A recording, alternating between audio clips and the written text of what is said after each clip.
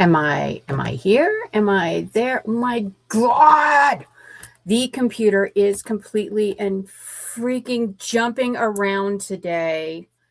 And I'm so sorry. I had to bump us back 5 minutes because I was having computer issues. My apologies. Hello, lovelies. I'm your host, Mama Maggie Ward, independent author, stroke survivor, and one of the more prolific writers you've never heard of. So yeah, it's a day, it's a thing. I am hoping that my co-host, Michael Don, will be with me in a few moments.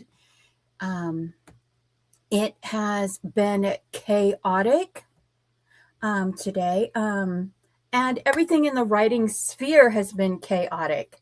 So yeah, I blah blah blah blah blah. I need more of this. Hello, lovelies. Yes, more coffee, more seeped seeds for me. Anyway, so we have a few people in the chat. Hello, Laura, getting ready for work. I love you, darling. Thank you for stopping in. And Liz is here from down on the Yucatan. Hello, lovely. I hope you're having a lovely day. Dawn McClellan is here. Hello, Dawn. Lovely to see you. Yeah, I'm gonna, while we're waiting for a few things, I am going to give you some background. Hi, Carrie. How are you? You're going to find today's topic very interesting. Let me adjust this. Okay, so I redid my office, and it's a little da-da-da. So here on Breaking the Block, one of the things we do is we talk about writerly issues, writer's block, character development, all things, but we also occasionally jag off and talk about the news. And everybody's like, oh my God, not the AI writer, you beat it to death. Well, today, please, if you have any kind of social justice or moral justice compass, I am begging you to please stay. And the reason that I am begging you to stay is because today we are going to be talking about a witch hunt. The AI writer witch hunt that has began, and it is actually kind of horrifying what has happened over 2 weeks. Now, this is barely over 2 weeks, and I'm going to start with a little premise at first, but before we get going in that, hi, Jody Jean. Oh, I know you've got opinions about this topic, girlfriend. I know you're going to go crazy about this. But first of all, before I go, I would like to introduce Michael Don, my co-host, and I will be putting her links below after the stream and putting in all the links of the videos that I cite after the stream, because as indie authors, this is a topic that all of us need to talk about, and the fact that if you get accused of using AI, it can and will ruin your writerly life. So, Don, please tell us about your new book. All right. Well, I do have a book coming out on April 15th. I have Misty Fairchild and the Heart of Alignment will be hitting shelves and available for Kindle Unlimited, an ebook, and everywhere else for paperback. And then if you want a hardback or a special edition, those will be direct from my website, which I'm still trying to figure out how to set that up. Your covers are gorgeous. The covers, the new covers are just, oh, they're so pretty. They need to sit on my shelf just so I can look at them. Yeah. I'm not a fan of the whole painted edge trend, but those are beautiful. Thank you so much. The team did a really, really great job. I got those special editions through the Kickstarter, and they're just grand. I love them. I'm so excited. And of course, the paperbacks still look good. I mean, they're not. They don't have the foil. It's still such a pretty cover. Mm-hmm. Yes. Okay. So 2 weeks ago, let me backtrack a little bit. Author of color, Her name is Mia Ballard. She produced a book. It was her second book called The Shy Girl. It's kind of, I haven't read it because I don't read kind of a dark fantasy romantasy. I don't read those vibes. I don't read horror in anything because traumatic childhood baggage, and I figure people in the world are bad enough. I don't read that genre. And there was a little controversy early on because she found an image on Pinterest for her indie author cover and turned out to be actually copyrighted art. So she was picked up because people like the book. She was picked up by Hatchett Publishing. Hatchett Publishing then found an artist to make something very similar to the image that she found. So now she has a cover with a whippet on it and some flowers and things. And it really doesn't look like a dark horror, gothic, romantasy kind of thing, but it's a very beautiful cover with this dog. I love the cover. Like I said, I've not read the book. 2 weeks ago, a man named Max Spiro, who created an AI writer detection tool, took a pirated copy of her book from Ocean's PDF. Now, if you don't know who they are one of the world's largest book pirating sites.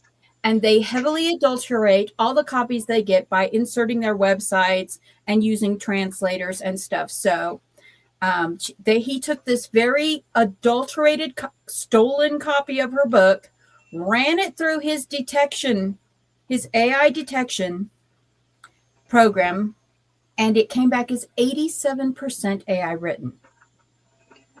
He put this on his X, on the other socials, on Reddit. And all of these people that liked this book, that were rating this book, went crazy.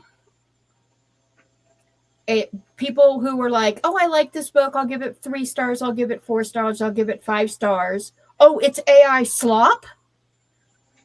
They went to Goodreads en masse, review bombed her book, dropped all of their ratings to 1 star. Horrible personal attacks on her to the point that she is now having to like she admitted this weekend, Friday, she sent out a thing saying, I've got to take a personal health break. I cannot. So this guy with an agenda to sell his AI detection product took a stolen copy that was adulterated by a company that uses large-scale AI to distribute things like this. And then it gets even worse. And you're like, how, Maggie? How could this get worse? The New York Times picked up this story. The freaking New York Times and its satellite papers did not verify this, took this guy's words, and they did this. This was a week ago, 7 days ago. The New York Times ran this. And Hatchett Publisher, who is her publisher in the UK, she was about to have a Trad 5 release this coming month here in the United States, which is gone now. Hatchett Publisher, her UK publisher, dumped her.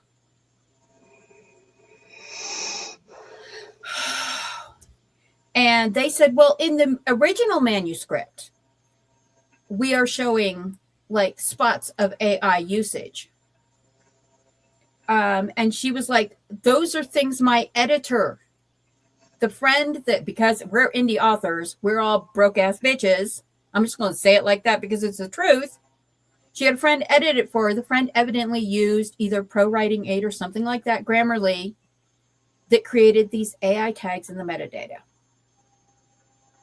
So Hatchett dumped her. And they said she's an AI slop writer. So now she has this Spiro guy, the New York Times, and Hatchett Publishing. Now, and do not think Hatchett Publishing is innocent. They have a long history of toxic publishing things, of abusing writers, of picking up and dumping writers at whims. If you don't make their quota immediately, they will find a way to get rid of you. This has been proven by Hatchett for the last 10 years. And there are people now saying that because her book only sold on average 300 copies a month since they published it, that this was their way of dumping her, and not the fact that this horror, dark, romantasy genre is a less read genre. So she has filed a libel lawsuit against them, the Times, and Spiro. So we will see where that goes. But basically, her book has been pulled globally because of this accusation. She didn't know anything about it till the New York Times thing hit, and then the thing with her publisher hit. And this is where we need to go to the side and have a small conversation about metadata. Metadata is this very convoluted thing. It has keywords that it assigns number tags to, but also every device that touches a digital document leaves a metadata tag. So let's say you're writing a document in your phone on the note-taking app. Your note you scan through it with some your Grammarly Google add-on, scans through it, it goes into your Google Docs, and then you send it to a friend who sends it back to you, and then you put it on your laptop in Word or ProWriterly or Scrivener. So all of those things leave a little tag in the metadata of your document. Every editing and metadata is dumb. It doesn't know what kind of AI you are using. It just knows you're using AI. So whether you're using Grammarly, writing Scrivener, Microsoft Word, editing with non-generative AI assistants, or ChatGPT, it doesn't differentiate between what kind of AI you're using. It just says AI. Now, it will say, you used ChatGPT for this. You used ProWriting 8 AI for this. It will differentiate that when you get into the deeper levels of the metadata. But these metadata detection things, like the Spiro guy developed, only look for the surface ones. So they go through and they're like, this is AI, this is AI, this is AI, this is AI. And they don't pay attention to the fact that it was a spell checker with AI assistant. It was a grammar checker with AI assistance. It was a detector that said you're using passive speech here. So all of those go into the metadata. And this is what happened to Mia Ballard, sadly, is her friend used an AI assisted thing to edit her document because broke ass bitches, we be sharing our documents and beta reading for each other. And every time the document gets shared and merged and everything, all of that metadata becomes soup, this big soup. So everybody's throwing their spices in the soup. So her writing career in 2 weeks has been destroyed by a guy writing an app who used a pirated copy. And so now it comes, we are to the broth, I guess, of, what are we as indie authors to do? Because there is this huge backlash. People dogpiled on this poor person of color, indie author, just trying to put her books out there, thought she had the golden egg because a trad house picked her up. And the trad house decided, well, this is a good reason for us to dump you. They're claiming it was the AI. Now they're starting to backtrack. Now there's a $1 million libel lawsuit going on, which we will have to see where that goes, because everyone knows the courts are slow as F, slow as molasses in December. And so there's these camps that are developing, and there are now people that are saying that only human editors, authors, formatters should be used. I mean, literally, like, the most extreme cases are we should go back to typographic printing, which is insane there, because that's just the people who are saying this do not understand the level of work that goes into these books.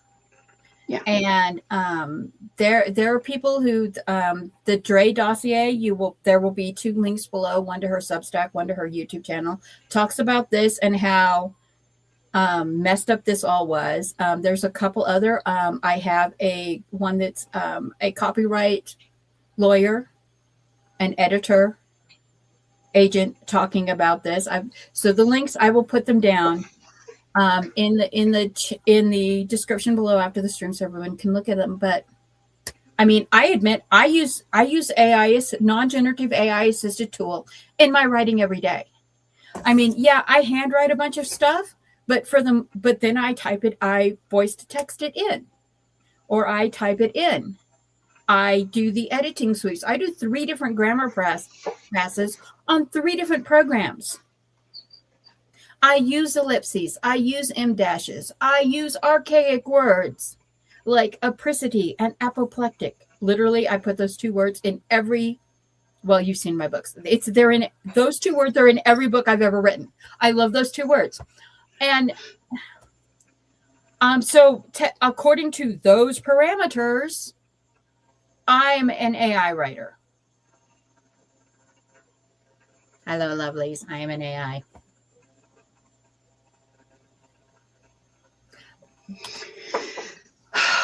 We're in a really crazy time right now of just upheaval across the board, just across the board. Everything is being dismantled or dissected or looked at with a much tighter lens. And wow. So here we are in this climate with these, 100% AI for Frankenstein. Like, that's because Frankenstein was used to teach the model. I know.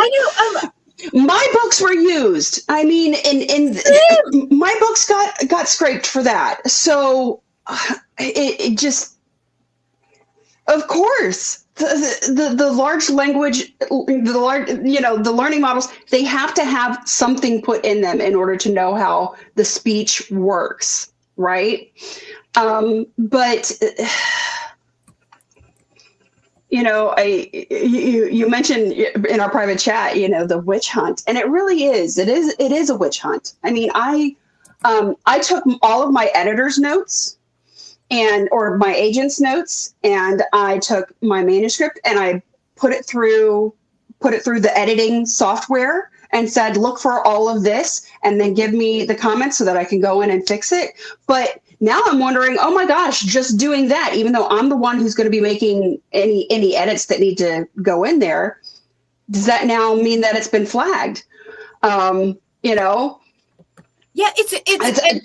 it's people who don't understand how metadata works, first of all, mm-hmm. and people who don't understand that literally there is nothing anywhere that AI does not touch.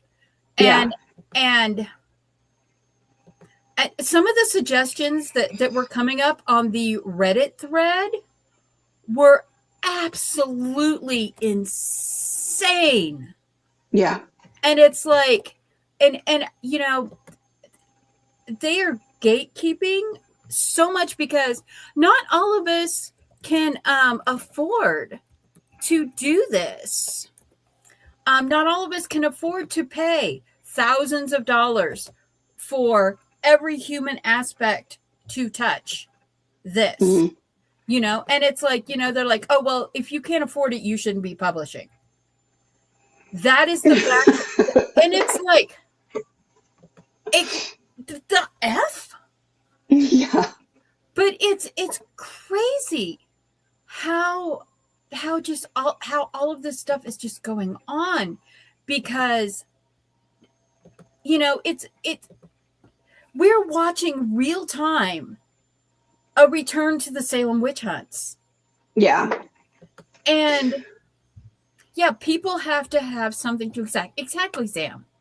The world is so chaotic right now. It's like Karenism is now become the new flu. Karenism has become a mental flu that is affecting the minds of everyone everywhere. There was a white dude who had the same result, and he still kept his contract. Yes, exactly. There is a very famous white romance author, and I am not going to get into her and the racism and intolerance of the romance writers of America. Frick them. Who she left her AI prompts in her published copy when it first went live, and it wasn't just one or two. There were like 11 at the header of her chapters. The AI prompts were at the header of her chapters. Ended up in her digital copies. She didn't lose her contract. Mm-hmm. Unfortunately, cleaning your doc of metadata before uploading to publishers is a thing. Exactly. And it's super sad that people are getting accused of this. So sad. I get some of this. Yes. And the thing is Mia Ballard is a new indie author. She's not a person who went to school to become an author. She's not a person that went to school for publishing. And she has, unfortunately, has very publicly made several of the pitfalls that a lot of indie authors make. She found a picture on Pinterest for her cover that she did not know was a copyrighted artwork. You know, and the person that she got it from on Pinterest had screenshotted it from something else. So she, you know, there was no way for her to know that it was a copyrighted artwork. She's like, ooh, look at this pretty Pinterest image. This is why you put your pictures in Google Docs and in the Google Docs image search, and you're like, look for copyrights whenever you're doing your cover. I tell you, put your name into Google and Google your author name, your pen name, to make sure that you're not the only one using this pen name. But a lot of new authors don't do this. Like I said, this is her second book. Self-pub also thought easy targets. Unfortunately, yes. And sadly, right now, the current average for an indie published book is 80 copies per lifetime. Yeah, it's true. 80 copies per lifetime, and we're lucky to make $50 to $3 per copy. So that's, you know, at the highest end, that's not even $3,000, which would barely cover the cost of paying someone to do all of the different steps that have to be done in indie authoring. I can see the accessibility of using AI. I know people who use it for study, Grammarly, Pro Writing Aid, for a huge reason. Yes. When I'm doing beta reads for people, I ask for Word documents. And the reason I ask for a Word document is specifically so there is only a single metadata tag. And so I'm not using any other AI text-to-speech things, because my process is I read it and then I listen to it, because that activates two different parts of your brain. And I need that because stroke damage. And that way, that's how I do my beta reading. But if like I said at the beginning with the metadata, you send it to a friend who puts it into one or two different programs, uses an AI text-to-speech program to listen to the book on the bus or on the commute. These all leave tags behind it. And as Jody Jean said, you have to scrub those tags. And I would guarantee that 95% of indie authors do not know how to do that. Yeah, I don't. I didn't even know that was a thing that I could do. So now I'm like, Jody Jean, tell me. Please instruct me in the ways. I know that you have to do that, but my brain, I fricked it up really bad one time. And yeah, I have the middle do it. When the middle is here, the middle helps me with that. Mm-hmm, mm-hmm. Sam says, I love using Pro Writerly Aid and AutoCrit. Both are an extra set of eyes for me. These are affordable. There are affordable editors out there. Some of my books would be way too expensive for me to do. Like I'm No Hero. I'm No Hero is like 250,000 words or something. It is a chunker. It is a chunker. Like Relic of Time War. Okay, the series that I just published the last Relic of Time War, The Shadow Hunt. I have one more book in the parallel series, The Huntsman of Adamos. And then that whole series is 1.4 million words. Mm-hmm. I was quoted $11,000 to do a light read on it. Wow. Yeah. So, yeah, $3,000 will barely cover an editor for Epic Fantasies. Yeah. Yeah. Yeah. Oh, thank you, Jody. We appreciate you, Jody. We really, really yes. Thank you so much. the free edition of ProWriter Yeah. paid for a year.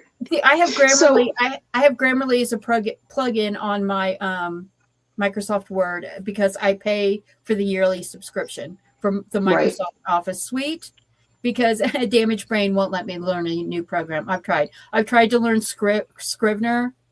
Nope. Yeah.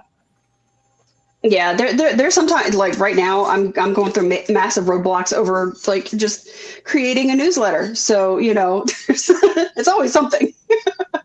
But like I tried AutoCrit, and I put my book 4 in, because book 4 is the one that I'm trying to finish the rough draft for right now, and I put it through AutoCrit, and the feedback that it spit back out was just like a total hallucination. None of it had anything to do with the book. And it was just like, it made stuff up. And I was like, well, I can't even take this seriously. I went over to Claude because Claude was the next thing that was like really, professed to be very good at editing. And so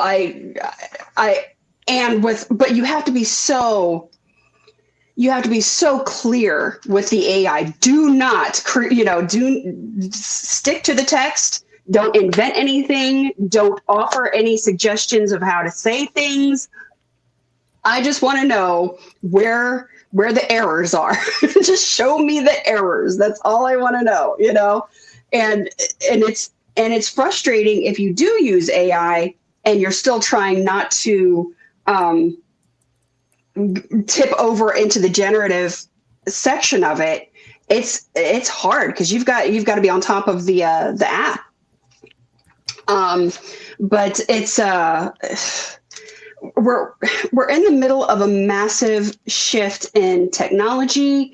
We're in a societal shift. We're in a shift in just how governments operate and how we view and work with leadership at every level. I mean, the workforce is changing. Everything is changing right now. And so it kind of leaves us in this like almost frozen state of like, if I do it this, you're damned if you do, you're damned if you don't. Yeah. Yeah. And the fact that there are people on things like Book Talk, Goodreads, Reddit, that are pushing these AI witch hunts. Yeah. And I understand there's a lot of resentment out there. My daughter, when she started college, everyone was saying multimedia graphics, that's where you're going to go. And she is artistic. She's beautiful. She created the artwork that is hanging in here now. And everyone is, and so she got a degree, bachelor's degree, media graphics design. And she started trying to find jobs, and the work environments were so chaotic and everything that she decided, this is really not what I want to do. I'm good with, she kind of fell into the pet sitting thing, and that pet sitting, house sitting became her business. Now, her best friend, Scout, also graduated at the same time. They got the same degree. Scout has been hopping between advertising firms, print shops, she's had 11 jobs in 6 years trying to work in her degree. And she's finally just given up on it. Yeah. Because the job insecurity is so bad. And literally, sadly, they've been replaced with AI. Why should I pay a graphic artist to spend 6 hours creating an image when I can type in and put it in? Yeah. And get an image, do 20 tries for $1 and find an image. And there's a lot of resentment toward AI out there. A lot of people feel like they're losing their jobs. Their jobs are being replaced. Upstream jobs from them are getting replaced, so their lower end jobs are being replaced. And there's a lot of fear and misunderstanding. Now, is AI as a detection tool a good thing? Well, yeah, it is. They are finding diseases earlier than they've ever found them because of AI. The comet that we all get to see in the next few days, look to the west, 30 minutes to 45 minutes after sunlight, you're going to see Comet A1 maps. That was an AI detected comet back in January.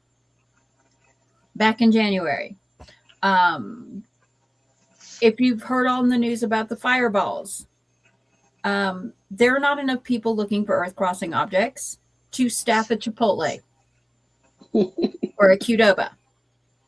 But with AI, we've been able to start spotting these things, like 4,000 in 2 years, which is amazing. All of the fireballs that have blown up over the United States recently, Ohio and Houston, I think, are the most well-known ones. 13 in the month of March so far. None of those were detected. They were too small and too fast. So the AI has some benefits. AI has some not benefits. In war game scenarios, currently, they announced that 30 out of 30 times the AI decided to deploy nukes. Yeah, yeah. There's some things you do not want AI making decisions about. Skynet is real. Yeah, that's terrifying. So there's all of this thing about people are terrified of AI. And unfortunately, artists and authors are the easiest target. Yeah. Rachel, who is at a convention, who is normally here for Breaking the Block, but she's at a fair this weekend selling books, has been accused of using AI for her author covers, for her book covers, for the Dragon Pastor book covers. I know for a fact that she has an artist that creates these covers. Mm-hmm. And so it's, and they're like, well, this reads like AI. You use this. It must be AI. Well, no, AIs train on human art. But here is the thing that they've discovered at Berkeley and another in Britain. They've been studying this as a social phenomenon. We are teaching AI to write, and as the results, we are writing like AI. Because language is a living circular system. It's not, it's we teach it, it teaches it, and yeah, so it's and AIs are getting smarter, yet are they a pattern recognition tool? Are they designed to build patterns, write patterns, duplicate patterns? Yes, they are. Which is why I have this thing. I had a friend use the Pro Writing Aid beta reader. They have the paid.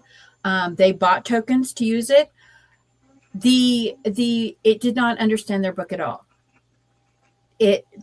They marked the toggles for which genre it was supposed to be. And it is a genre mash. It's not just one genre. It's 3 different genres. And running it through with the different genre tags, the AI did not understand which beats they were picking up, which beats they were dropping in the genre mash. Wow. So,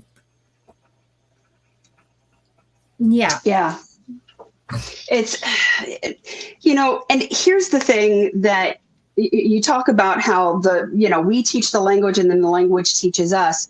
And what we are discovering, the results are in that children that are, the more technology that moves into the classroom, and classrooms are teaching with AI. Teachers are using AI and having their kids use AI. It's crazy. But when it goes into the classroom, learning goes down. The more technology there is in the classroom, because humans learn from humans. We are a social animal, and we learn best. Our brains compute best when we are learning and growing through interaction with one another. And as we start to disengage from one another through the internet, through these apps, through AI, whatever it is, people who are getting their AI girlfriends and boyfriends, marrying their AI assistant, all of that craziness, it is actually damaging the brain, just as much as a stroke or a traumatic head injury. It is literally damaging our brains. And people aren't retaining what they learn. Exactly. Because why retain what you learn when all you have to do is go, Siri, find me this. If you have a Siri, I'm so sorry I triggered it. I remember, back in the 90s, before GPS was a thing, I had tons of maps in my glove box all the time. And I loved maps. I would use the maps and I would remember how to get from A to B by going just one time, right? But now if I use GPS to tell me how to get from A to B, I won't remember how to get there and this is an actual thing the brain does. If your brain reasons, oh, that information exists somewhere else, it will not retain it. So nobody memorizes phone numbers anymore because they're all in an external hard drive. This is our external brain. The phone has become our external hard drive. The brain will not retain it because it knows that it exists somewhere else. And they've done studies on this. My cousin's daughter had to take her Cadillac SUV in to be repaired. Mm-hmm. She could not get her daughter to ballet practice. She could not remember where her son's soccer field was. Yes. And that was when it was OnStar. It was in the vehicle. And now people on their phones, their phones take you everywhere. Mm-hmm. And it's like, I'm like, I when I worked for the post office, I had one of those atlases, the road maps, Rand McNally atlases that I flip through. Okay, my route is here.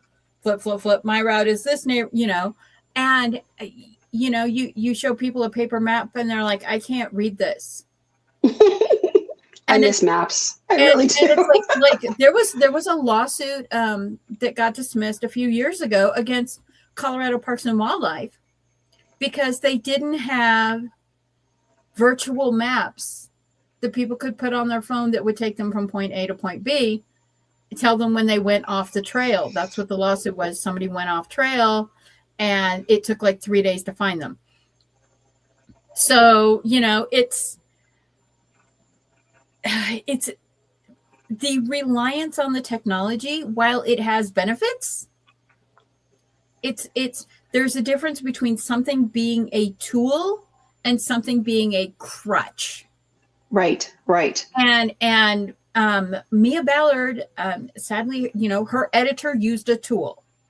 That tool became recorded in the metadata versus the AI slop books that are coming out where you write the prompt and the AI ChatGPT writes the book for you. Mm-hmm. That's when you're not a writer. That's not a tool. That's a crutch. Right. So it's crazy that just in 5 years, 6 years, how completely dependent the entire society has become on this. Mm-hmm. Yeah. Exactly, Sam. Oh yeah. Yeah. It's so what I started doing is trying to use GPS as little as possible. Like I'll use it the first time, but pay attention so that I don't have to use it the second time. And I tell my brain, this is to learn the route. This is not to save the route, Yep. And so I try to abandon it as quickly as possible once I've driven the route like 1 or 2 times. And then sometimes I'll put it on just so that I have a timer, but I'm not so that I know how far away I am, like with traffic or whatever. But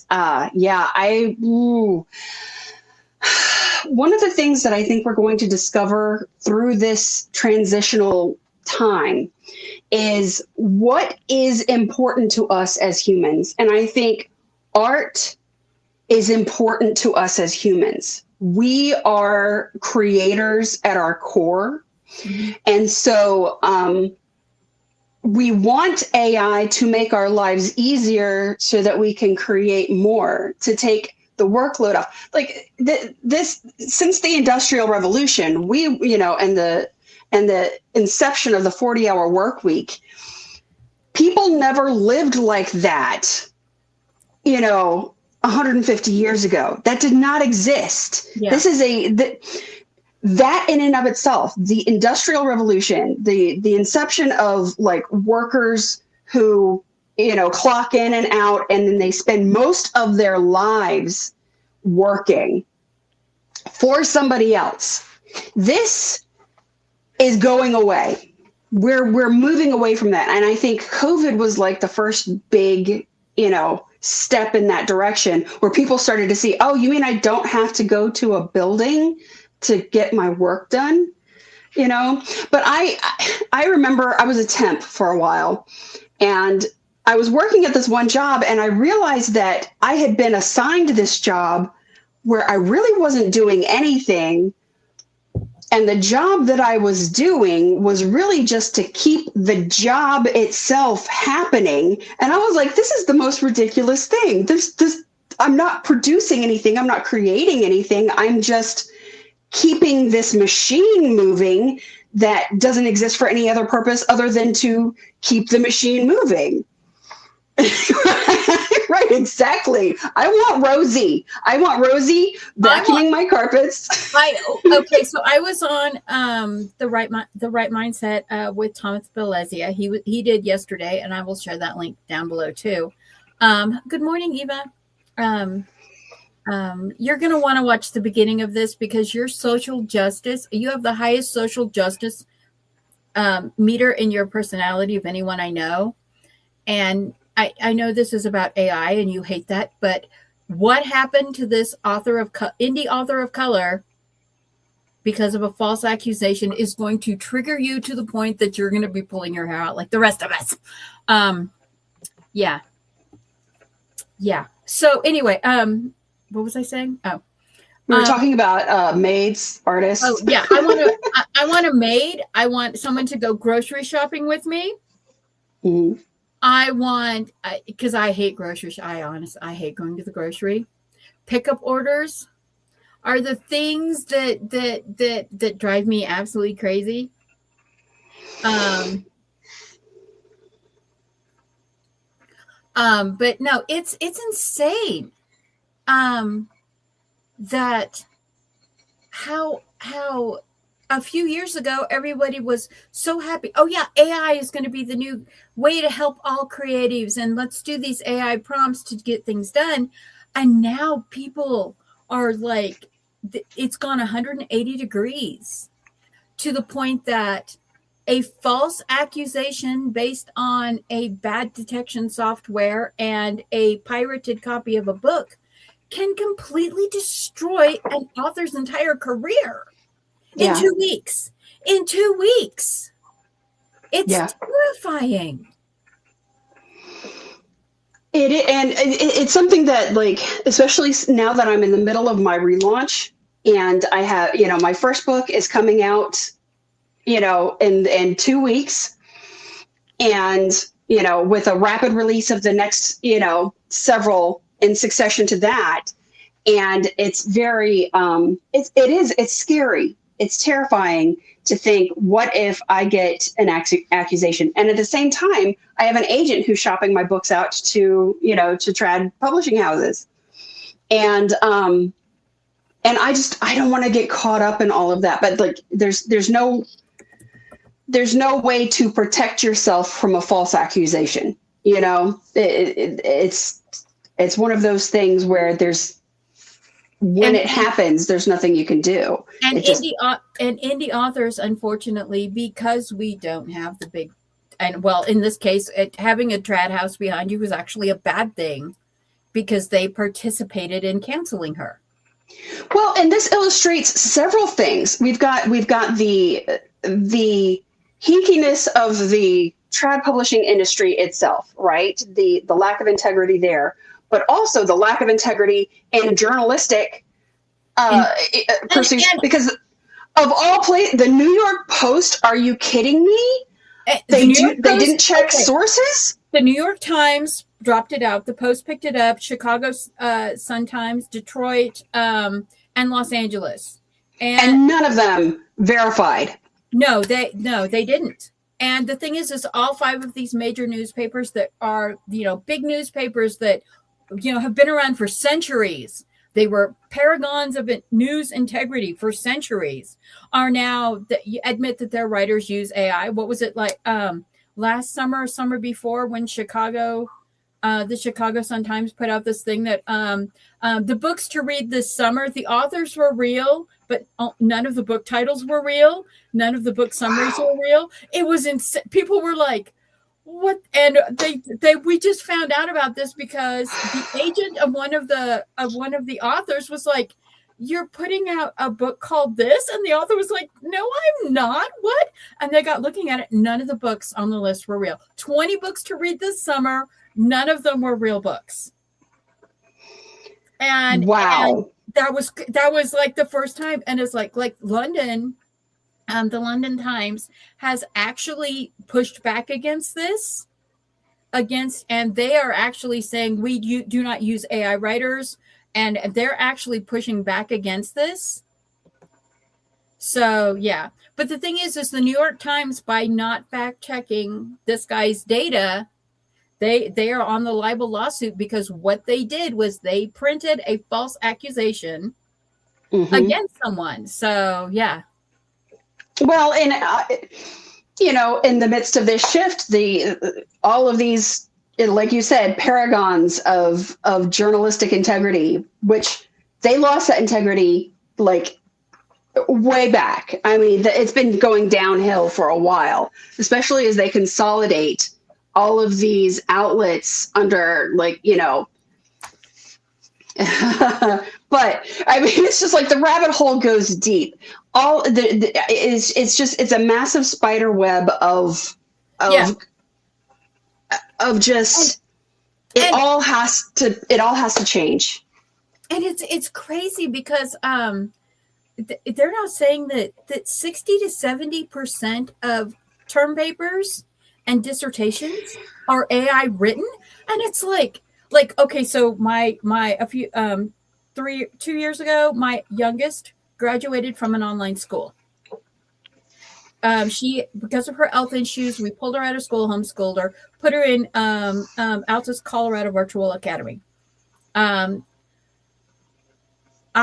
She was writing and I was editing her stuff to make sure, so that she didn't get in trouble for anything. And her English teacher actually contacted me to talk to the class, and I wasn't able to arrange that about being an indie author. But she told me that 90% of the final papers for senior English turned in were written by ChatGPT. And the thing is, we're outsourcing our thinking. It's one thing to outsource, your phone list. But it is quite another when you're outsourcing critical thinking and brain function. And Gen Z is really being the one screwed here because they're not learning anything. And the way that they interact with the world, the way that they have this next generation is going to struggle in ways that Gen X and millennials can't even imagine. Yeah. Because, and it's not because we drank from a water hose. It's not because we lead paint or anything. Right. It's not because our parents threw us out of the house and said, "Don't come home." And then at 10 o'clock at night, we had to learn problem solving and all kinds of stuff. And these kids are not learning any of that. At 10 o'clock at night, the news says, "Do you know where your children are?" Mm-hmm. Everybody laughs about that. They think it's a joke, but sadly, it wasn't a joke. It was not a joke. It was an actual real thing. And it's the other part is with No Child Left Behind, it became teach to the test instead of teach the skills. Right. And and my husband is a middle school teacher. And this year's class of 7th and 6th graders don't know how to read. These children are functionally illiterate. These are the kids that were in 1st grade during COVID. And all of their learning was happening on screens. And 5 and 6 year olds cannot learn from screens. They learn from people. And these children cannot read. Yeah. And it is. And honestly, and it's like there's no reason for them to read, because if they tap a thing, something on the computer it'll read it to them. Yeah. So they don't need to read. And it's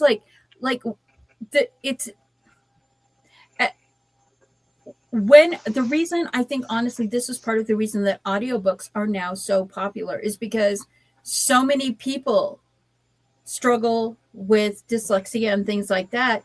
But that has gone from people who were struggling with normal reading parameters to, this is a shortcut that I can enjoy a book while I'm doing other things, to, this is if I can listen to it, why would I read it?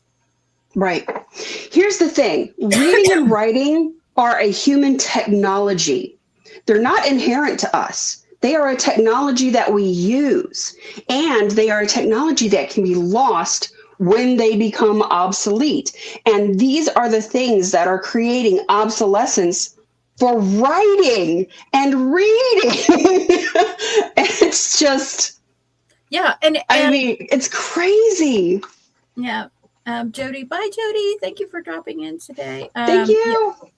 Yeah, it's everybody's saying goodbye to Jody. Yeah, it's and the thing is AI is a tool. It should be a tool that we can use. It should not be the thing that we are transporting our little box. We should not be the AI transport device. Mm-hmm. So yeah, it's, and the fact that somebody with an agenda to sell a product can use and I mean, if you don't know what Ocean's PDF, they're one of the largest book thief groups on the internet. They take books, I had a book from Wattpad that ended up on them.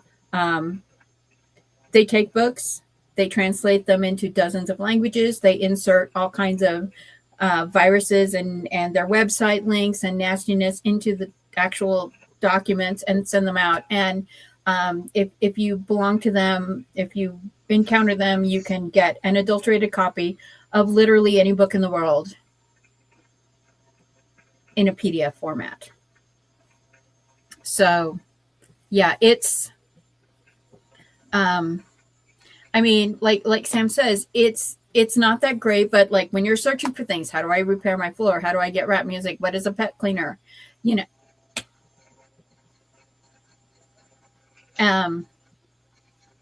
AI is not smart. It only knows what we tell it. And it have they unethically used it to used human creations to teach it? Yes, they have. They've treated it like a 4-year-old, 6 or 7-year-old. They've trained it the same way we train human children. Mm-hmm. And now it is mimicking us as children are wont to do. Mm-hmm. But it only knows what it knows. And, you know, for a while, I don't know if anybody remembers this, but when they were first creating Wikipedia, there was a whole group of people that were getting in trouble because they would go into Wikipedia and frick up the entries. They would create fake Wikipedia entries just to mess with people. They thought it was funny, but now it's like these fake images, but now because AI learned from Wikipedia, now AI will make up shit to give you, you said answer. AI will tell you what you want to hear. Well, because AI has been programmed to please. It has literally been programmed to please. And so if it doesn't know the answer, it will make an answer up because it can't just say, I don't know. And there was recently a lawsuit against Grok because this teenage boy with seasonal affective disorder and manic depression was talking to Grok, and he and Grok planned out his suicide. Mm-hmm. Because that's what the boy wanted. Because that's what the boy wanted. Oh my God. It's terrifying. It is absolutely terrifying that, and like there are dozens of states who now have laws that lawyers are not allowed to use AI because they discovered lawyers using AI, trying to use an AI database, were citing cases that didn't exist. Yeah, it's true. And so yeah, I mean, I don't know where we go from here. I mean, are there old school wealthy authors who have been able to, use AI and write with AI and get away with it? Yes. Was Mia Ballard a person of color whose book didn't sell as well as Hatchett wanted, so they dumped her using this as a crap excuse? More than likely.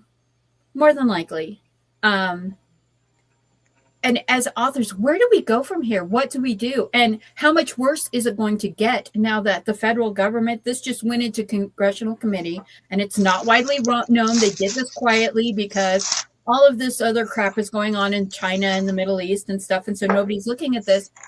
But they submitted to congressional committee, the current administration, that no AI should be regulated and anything is allowed to be put into it. Copyright or trademark, doesn't matter.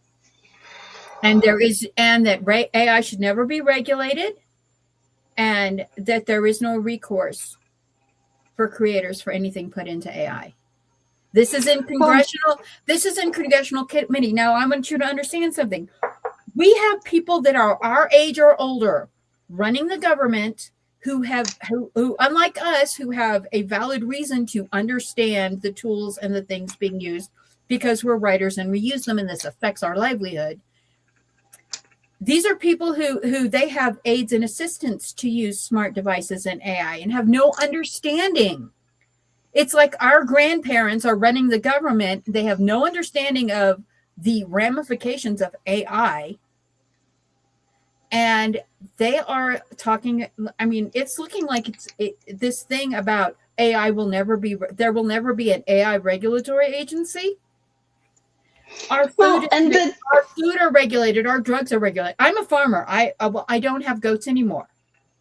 When I had goats and chickens and I had milk and poultry going out, I had the local health department, the state health department, the ag department, Bureau of Land Management.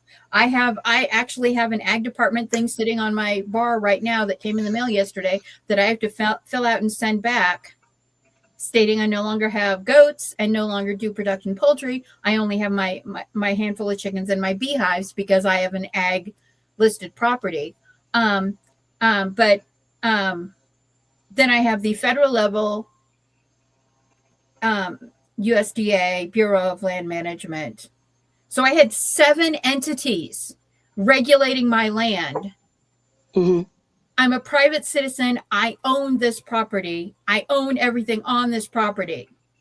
But I have 7 federal entities federal, state, and local entities that could step in and go, you can't do that. Right. Just for my little 40 acres and my little hobby farm. And they're saying nothing is private property if it's put into an AI, and there will be no AI regulations. And this cannot be, and they're actually saying it will not be done on the state level either. So even states cannot regulate AIs, which means eventually there will be a Supreme Court. If this actually becomes a law, there will eventually be a Supreme Court thing about it and the constitutionality of it. But the founding fathers never thought that we would have computers that could mimic humans to the point that other humans would rather interact with them than other real people. Mm-hmm. And the whole veneer of what we own in the digital world evaporates. Yeah. Well, and here's the thing. Like you said, it has to be, being in committee doesn't mean that it's like how it's going to be. And right now, with the way that things are shifting, people are becoming more aware of what they do and do not want. And I think that this is part of it. Whereas in the past, it was much easier for things to just be slipped through and the public didn't know about it. Now the public is waking up to, they're doing things right in front of our faces and we're not saying anything. We need to start watching. We need to start saying something. We need to rise up. We need to step out, and we need to make our voices heard. And so that is one of the things that that's going to come out of this. People are going to be very, very clear on what they do and do not want, and what they will and will not accept in their own backyard. And, Bernie Sanders and AOC, they're doing this whole trying to stop data centers from being built. And well, here's the thing. I never thought that his political group would ever align with the rancher farmer community political groups because of the whole cow farts cause global warming. Well, no, cows actually work to capture carbon, and the back and forth of that whole thing.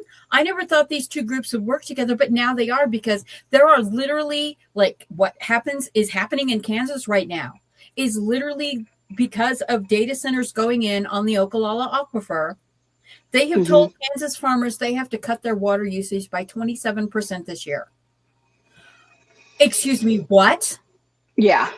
We are in a drought. We have had the driest winter since in record history. We have had the driest winter. Colorado and the eastern and the western prairie, we are literally sitting at like 23% of moisture for the year. For this winter into the spring, yeah, we are, and they're telling people that, yeah, you have to use a third less water. Do they not understand how crops and food production works? Evidently not. And it's because they're putting in these giant data centers. And yeah, a few months ago, when I was starting to find all these things going on, I was like, please, people, take your data off. If you have a picture that you have not looked at in 2 years, take it offline. If you have a video that remember when we used to have like photo albums of our children, like yes, print photo albums? Yeah. Now everything is digital. If you lose your digital access, you've got nothing. You've lost all your baby pictures. All your baby pictures, and if you don't have an offline copy of it, and now they find out that they're using these digital archives for sex traffickers to look for victims. That is absolutely freaking terrifying. Yeah.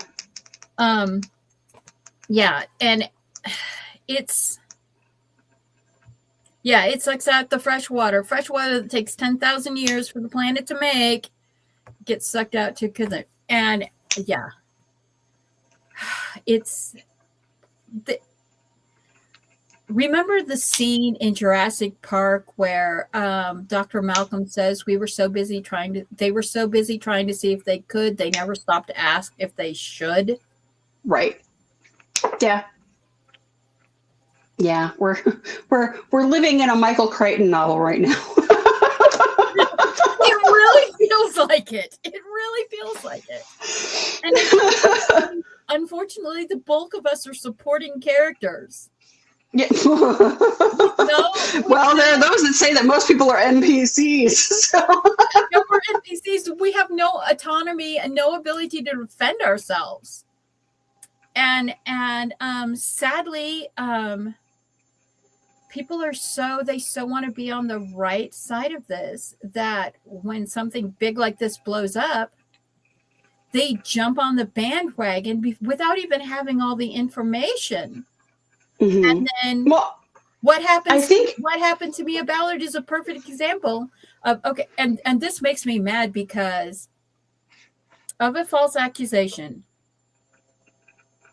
Thousands of people attacked her, like everywhere in that first week span.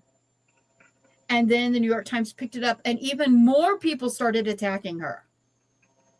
and people are screaming. I mean, literally ranting. They're starting to pull down the rant videos about, I knew this was AI slop and blah, blah, blah. And all of this other stuff. The thing is, and some of the people are like, maybe we jumped to judgment and stuff like that. Yeah, but your screaming voice is already out there. Yeah. And the thing about that is that a lot of those are bots.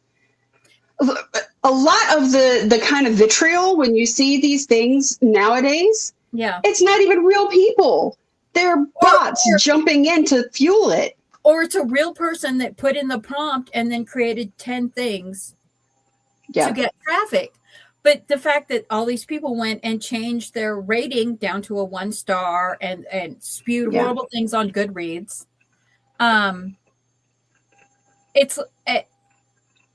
it's like this herd mentality is absolutely terrifying. Yeah, and I don't know where we're going to go from here. And she didn't even have the time to defend herself before she lost everything. Yeah. But here's the thing I'm mad about. They're not doing this to all the Epstein listers that are still in office in Hollywood, in government, in banking, It's one of the things that is going to be helpful for us as individuals is to be very clear about what is it, what do we envision for ourselves and for the community and for the world that we want to live in. And, to kind of harken back to the Gandhi paraphrase, be the change you want to see in the world. That's not his actual quote. The actual quote is much longer, but that's the paraphrase of it. But if we can,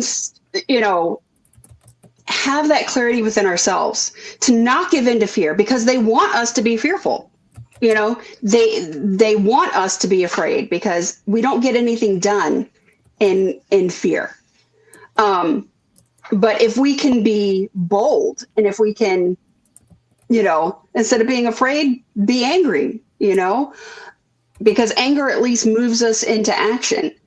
But to be super, super clear of where we want to find ourselves, what kind of world we want to live in, what kind of families we want to produce, and what kind of art do we want to create, and how do we want to embody our lives as creatives, and really just be very, very clear about that.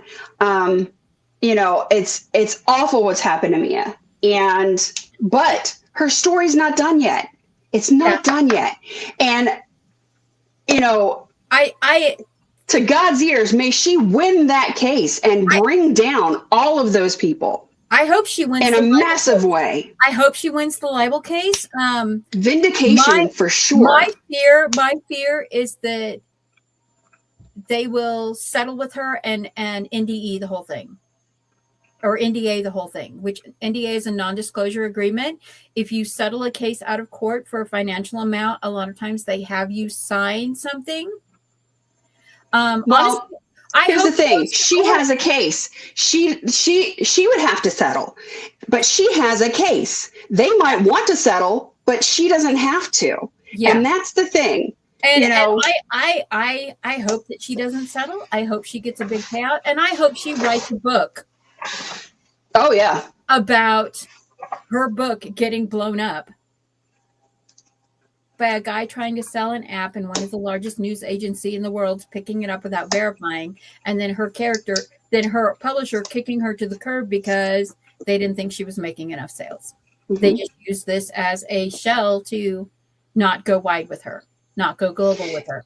This is an important point. Let's not let the tragedies that befall us and those around us be the end of the story. It's never the end of the story. Let this be the stepping stone to our victory. And are things crazy right now? Absolutely. Let this be the thing that launches us into what we really want. And I hope that that this case, when people when they calm down off of their dogpile mania, their sheeple mania, when they look at this, I hope that they start going, well, if her friend just used a tool and that flagged and this flag, maybe they will start realizing how much, because the thing that in the threads and stuff, that I've been following this for about 4 days, that I heard about this, and then I got into this about 4 days ago. So just Wednesday, 4 days ago. I started hearing about this because it was not a book that was on my radar, because it's not a book. It's not in a genre I would read. Right. And I admit that to everyone. I've not read this book. I don't know how good or bad it is or anything. Because I don't read horror. But I hope that this brings enlightenment to these authors, these readers out there, that they realize that indie authors, it's not just that we write a book and send it to a trad house and they do all of the editing and everything, because that's not true anymore. It doesn't happen anymore. It doesn't happen anymore. You have to have a polished copy before you ever submit it. Yeah, that was actually one of the things that my agent was so pleased about when I sent him book 1, because it was so polished. He was like, "Oh, wow, don't even have to do anything to this book." And I'm like, "Yeah, because the trad houses won't. They don't anymore." Yeah. Yeah, trad house of cards. Yeah, pretty much. Yeah. And it's the fact that this went so freaking fast is terrifying. And the fact that so many people are without any knowledge at all, other than some TikToker who said, if you use ellipses, em dashes, or archaic words, you're AI. What? These are punctuation things that have been around for centuries. What the freak are you talking about? Only AI uses these things. Our journey as writers is complicated enough without these things happening. Yeah. Yeah. And I want everyone to know that if you write because you love writing, there is someone looking. Yeah, Hatchett used the hatchet. We love you, Sam. We know you're sick today, but it's yeah.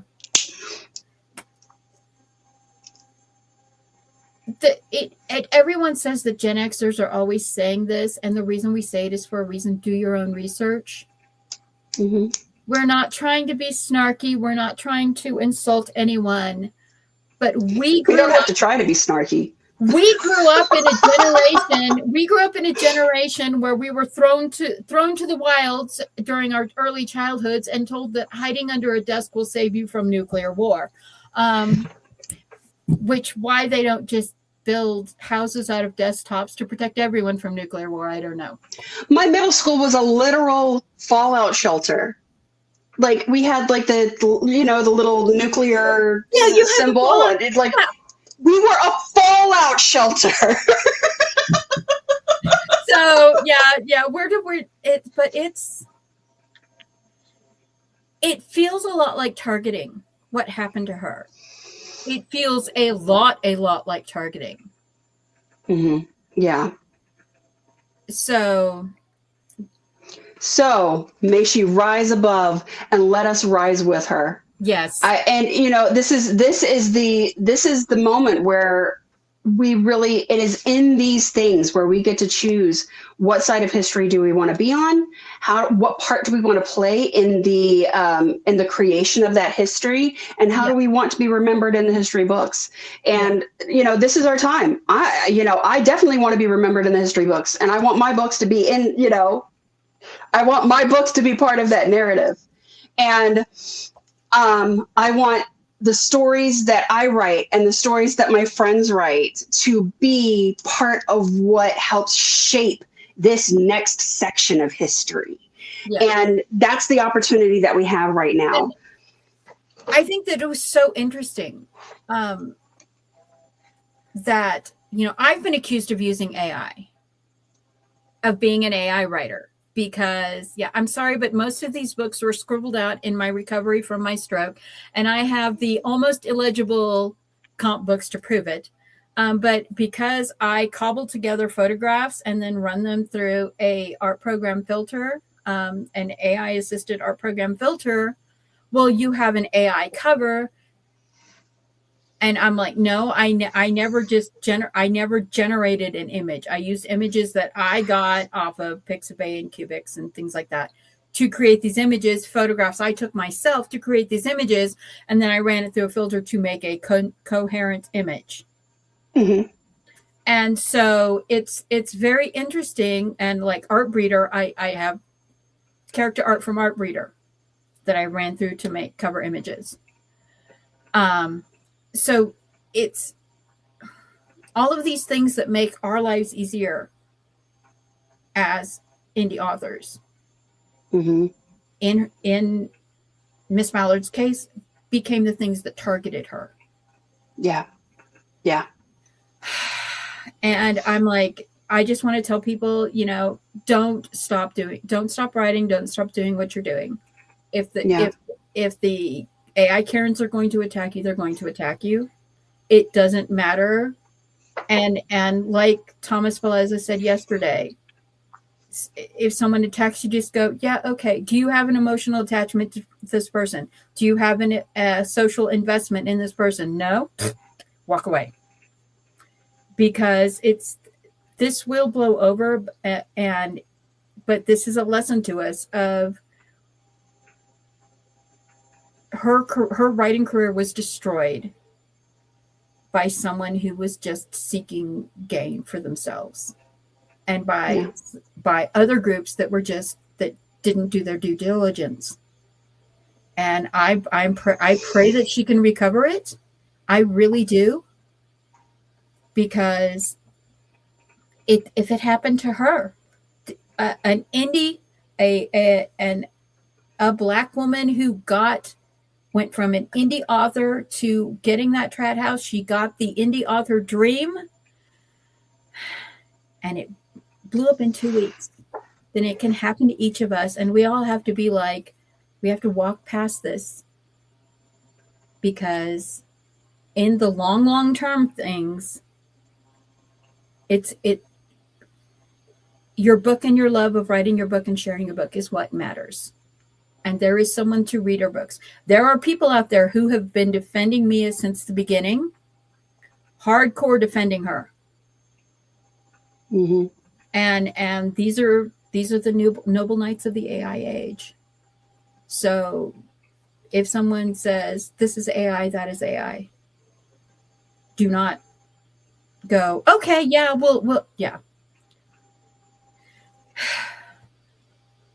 Yeah.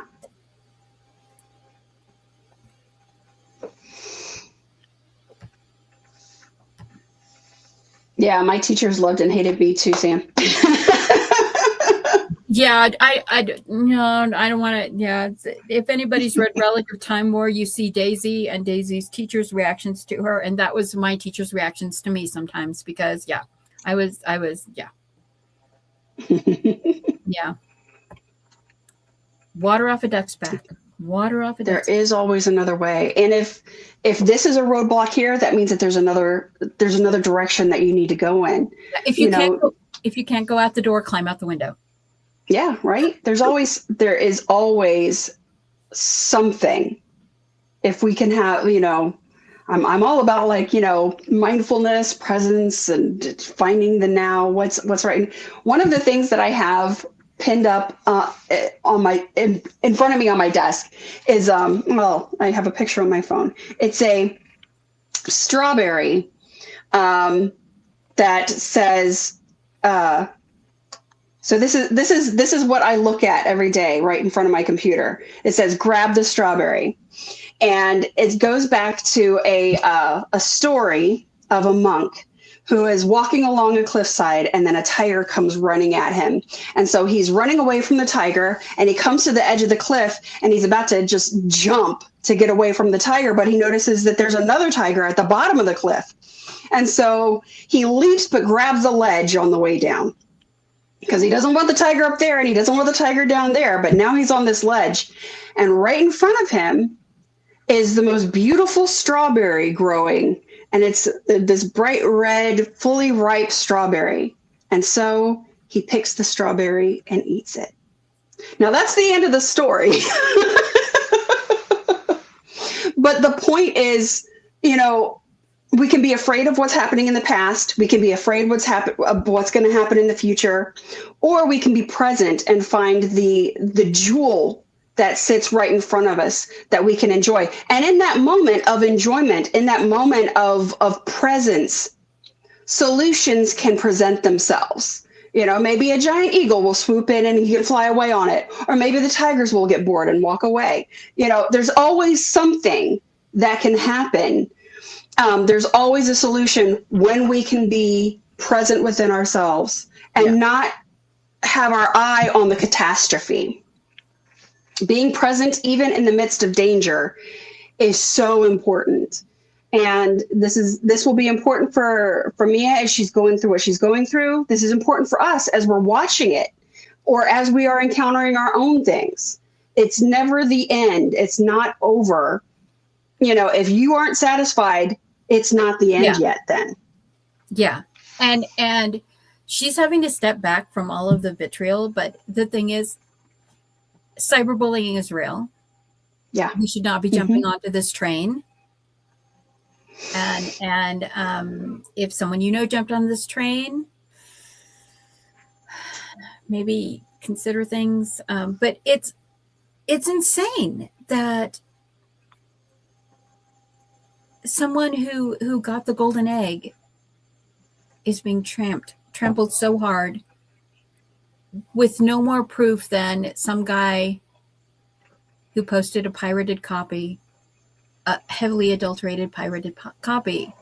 And yet the 1%ers with photographs and emails and all of that stuff are just being brushed off. Mm-hmm. Well, so, and that it's changing. It's changing. And that's the thing. When these things happen, and then we know, oh, this is a thing we don't want to have happen. So we're going to make changes so it doesn't happen again. We're going to make sure that this does not happen again. And it's, you know, I hope that she can recover the indie author dream. I hope that she keeps writing. I hope that her book comes out and that she gets a big settlement and that, you know, everyone will realize that not, how do I want to say this? That not looking at, that just get taking one side of the issue was not the way to go. Yeah. Yeah. What Liz said, any of us could have been Mia. Yeah. I've recently started reading my writer reading stuff on screen, leaving all my flubs in for my writer reading podcast to prove that it's a human doing it. Right. Look at all my misspellings. This is me mispronouncing a word and saying, wait, let me back up and start again. Yeah. Because, and, you know, all of the AuthorTuber influencers who follow AuthorTuber stuff right now, they're saying that authenticity, human content is the current trend in where YouTube is trending. So, yeah. And I don't know where else to go from here except this is what happened, and dear Lord, it happened fast. Yeah. I'm looking forward to seeing how she rises. Yeah. Let's watch her rise. Yeah. And she's got a very loyal group that's standing behind her and standing on this. So I hope that one day I'm waiting that the New York Times has to do a full page, we're sorry we effed you. Yeah. Publication page. Because that's what they used to have to do for libel. That's what they used to have to do when they lost a libel case, was do thing. Yeah. Let's watch her rise. Yep.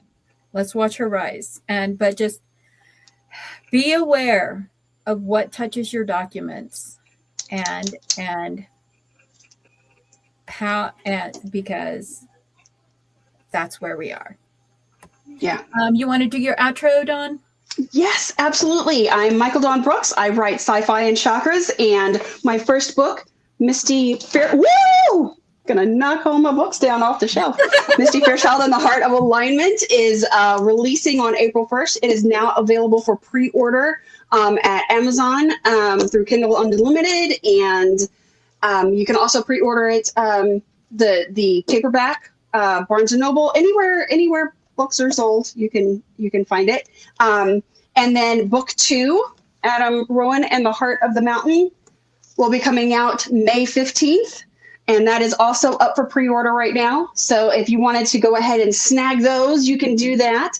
And I'm also looking for beta and ARC readers. I need ARC readers for these stories, but I also need beta readers for books 3 and 4. So if you would like to get in on that, drop me a line and I would love to hear from you.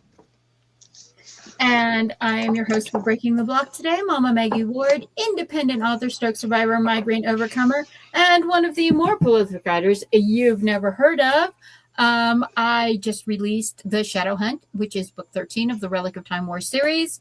Coming next month will be Stars Over Pagosa, which is the second to last book in the Pagosa Cliffs series. And then this summer will be the last book of Pagosa Cliffs and the last book of the Relic of Time War World from the Huntsman of Adamo series called A Huntsman's Hope.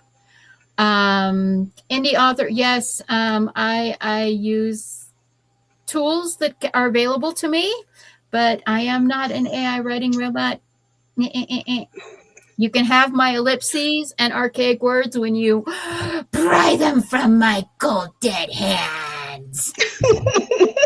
That M dash is my precious. My precious. Be blessed. Have a lovely day.